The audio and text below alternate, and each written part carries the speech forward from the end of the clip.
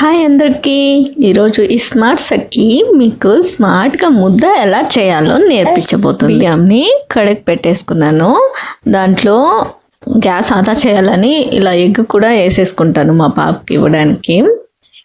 ఇలా కుక్కర్లో అన్నం చేసేసుకొని ఆ అన్నంలోకి కొంచెం వాటర్ వేసి బాగా ఉడకపెట్టేసేసి గంజిలాగా ఉంటుంది కదా, అప్పుడు రాగి పిండి ఇలా వేసేసి బాగా కలిపి ఆ వాటర్ అంతా అబ్జర్వ్ చేసేంత వరకు బాగా పిండిని కలపండి. సింగటిగట్తో కింద కూర్చొని కలిగే పని లేదు.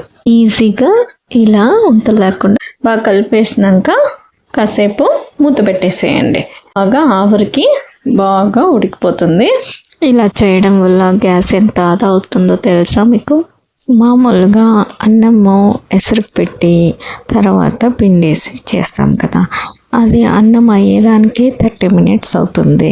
తర్వాత పిండి గట్టితో కలిపి కింద కూర్చొని లేసి పెద్ద సాహసమే చేయాలి. తర్వాత వంటలు కట్టేటప్పుడు చేతులు కూడా కాలుతాయి. అందుకే నేను ఇలా ఈజీగా నేర్చుకున్నాను. ఇలాంటి గుండ్రగా ఉన్న ఒక గిన్నె తీసుకొని దాంట్లోకి మీకు ఎంత కావాలంత పిండి వేసేసుకొని అది తిప్పు తిప్పు తిప్పు అది తిప్పు తిప్పు తిప్పు అని తిప్పేయండి. ముద్దలైపోయా రెడీ.